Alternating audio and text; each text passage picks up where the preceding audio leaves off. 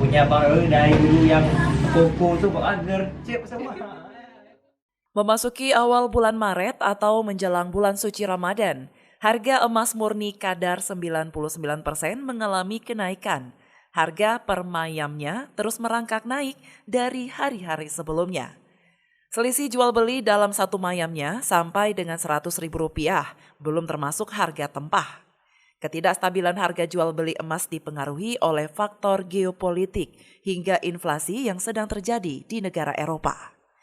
Meski mengalami kenaikan, daya beli masyarakat terhadap emas masih cukup tinggi, apalagi menjelang bulan suci Ramadan. Biasanya, pembeli membeli emas sebagai investasi.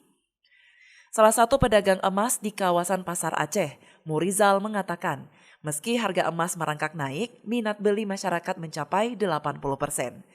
Harga emas murni yang kadar emasnya 99% di angka per mayamnya 2.850.000 belum termasuk ongkos pembuatan. Kalau dengan ongkos pembuatan di angka 2.950.000. Kalau yang perhiasan yang lebih agak rumit biasanya mahal di angka sekitar tambah 20.000 ataupun 30.000 per mayamnya. Aktivitas transaksi dalam beberapa minggu ini lebih dominan kebanyakan yang beli ya, hampir 80% yang membeli, 20% lagi menjual.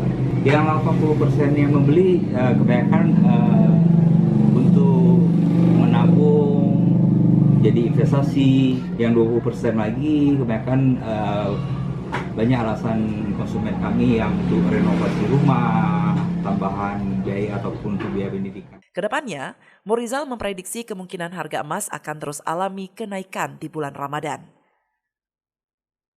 Dari Banda Aceh, Lala Nurmala melaporkan untuk Puja TV Aceh.